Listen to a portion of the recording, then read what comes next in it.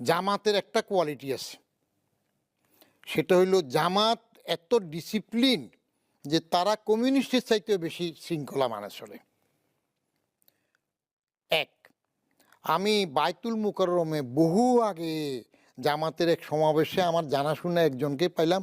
ও রোকন ফোকন না, ওদের কি আছে না, তখন ছাত্র শিবির, আগে ছাত্র সংঘ, সেখানে ওরে দেখলাম বায়তুল মুকাররম পূর্ব পাশে লাঠি হাতে গেটে দাঁড়ানো। আমি বললাম যে কিরে বাবা, তুমি 5 ওয়াক্ত নামাজ পড়ো, এখন বায়তুল মুকাররমে জামাত হয়েছে, তুমি যাবে না নামাজ ছিলা? বলে যে আমার ডিউটি এখানে, আমাকে আরেকজন এসে রিলিফ দেবে, তারপরে যাই আমি নামাজ পড়ি। তো জামাত?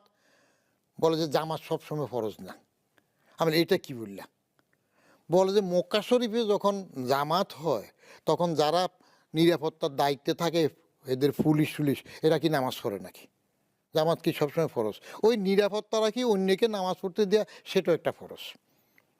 জামাতের এই কঠোর ডিসিপ্লিন। আরেকটা জিনিস আমি দেখলাম, জামাতে যে আওয়ামী লীগের একবার খালেদা জিয়ার সমাবেশে আসার জন্য সব বন্দি করলো না, জামাতের লোকজন কেউ যদি জেলে যায়, আওয়ামী লীগ, আলী বাজাদ এদের লোক গেলেও তারা এত খোঁজ না। জামাত কিন্তু এটা করে। বরং আমি এক জামাত কর্মী জেলে ছিল তখন 2.5 মাস 3 মাস, তার মাকে জিজ্ঞেস করলাম তোমার উপার্জনক্ষম ছেলে জেলে পড়ে আছে, চলতেছ কীভাবে? একটা চমৎকার জবাব দিছে। বলে যে আমার ছেলেটা আরও 6 মাস জেলে থাকুক, 1 বছর থাকুক, আমি খুশি থাকবো। কারণ কি?